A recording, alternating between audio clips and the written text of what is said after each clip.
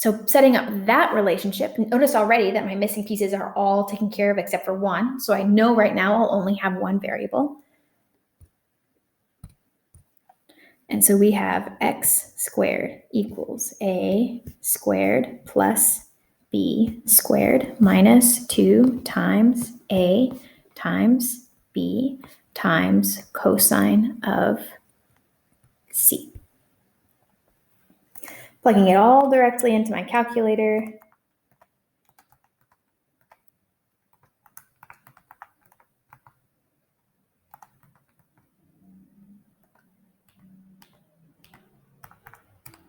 I get that x squared, come on,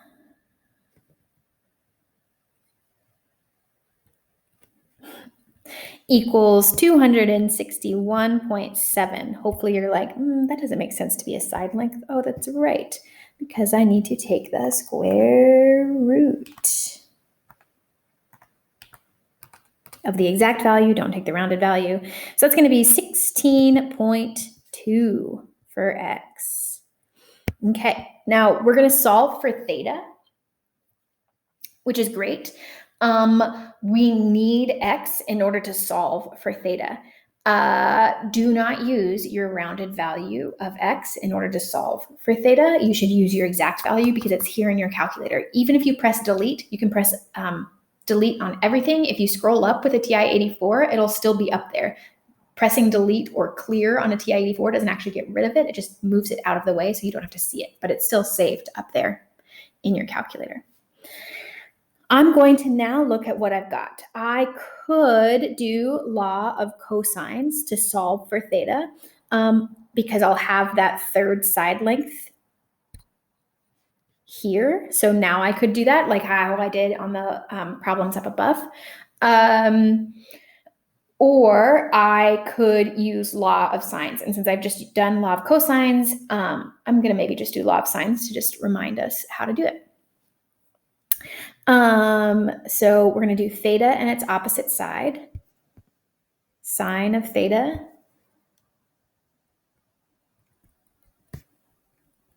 divided by 30 equals sine of 27 divided by its opposite side, which is the 16.2 that we got in our calculator. We know that we won't actually use 16.2. We'll use the exact value that's here in our calculator.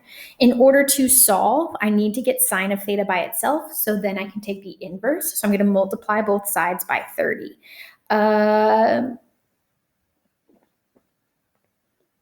Technically, you could also use your calculator for this step. You could plug this all. If you have a TI Inspire, you could automatically plug this all into your numerical solve. Or if you have a TI-84, you could automatically right now plug in what you see on the left-hand side, plug in what you see on the right-hand side into your y equals and find the point of intersection. I think that that takes more time than just multiplying both sides by 30 first. But if it has not been working out for you so far doing this algebraically, if you've found that you're like, this algebraic step does not make sense to you, then you use your calculator. So sine of theta is going to be 30 times sine of 27 divided by that 16.2, which is in my calculator. So I scroll up and press enter and bring it down and then enter again. And I get that sine of theta is equal to 0.842. Remember, sine always needs to be less than 1.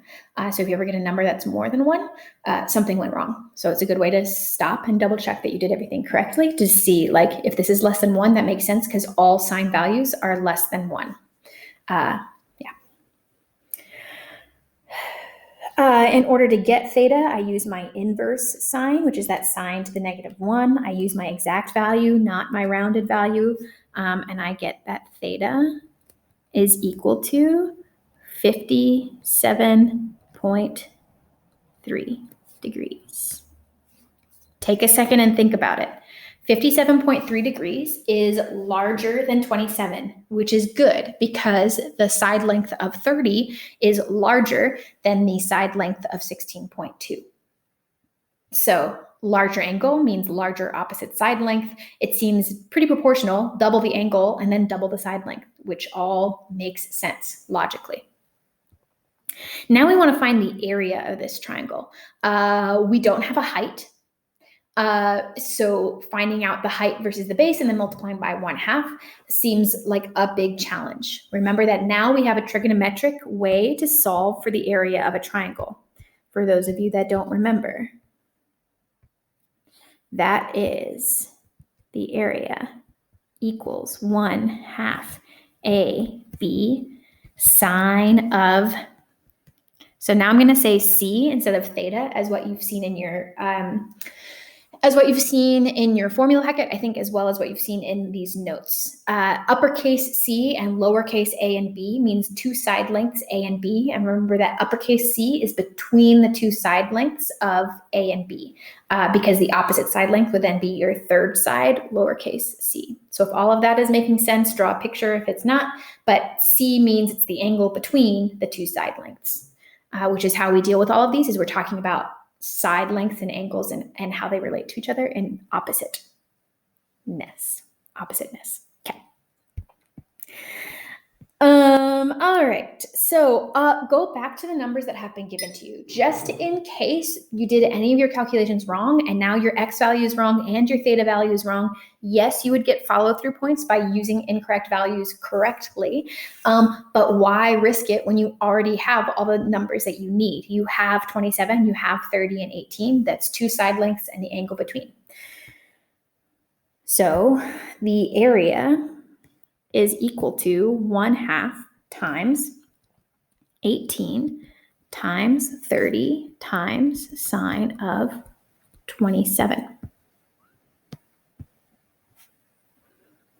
So 0.5 times 18 times 27, times, whoops, I don't know where that came, it's the angle.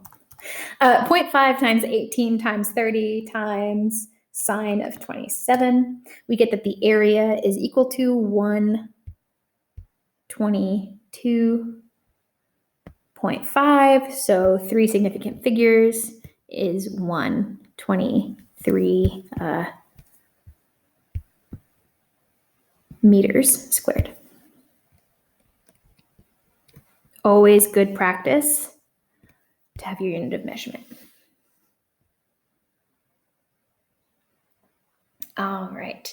A very common word problem that I've seen a lot when I've been looking up cognitive problems, and I've been using your other textbooks in order to find additional practice for you guys, is these bearing questions. It's a very common application, and we are in an applications course. Also, angles of elevation are used a lot with this. You might have noticed in your cognitive practice for last week, I'm so sorry, but some non-right triangle trigonometry got in there because I didn't read fully the questions. And so you had some non-right triangle trigonometry in your last cognitive practice. And this is what you would use to solve those. So your upcoming cognitive practice this week will have those questions again. And hopefully now you'll feel a little bit more confident in being able to solve for those. An airplane flies 280 kilometers on a bearing of 9 degrees. Remember, with bearings, which is slightly confusing because the last time we talked about building an angle from a coordinate plane, we talked about building up from 0 all the way up. Remember, with bearings, we're actually peeling off from north. So if this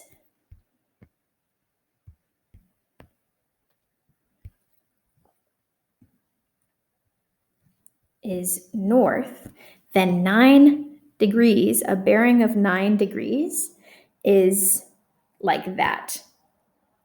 Crazy and tiny. I'm going to pull it out here and say that that is 9 degrees. Now that whole length is 280 kilometers.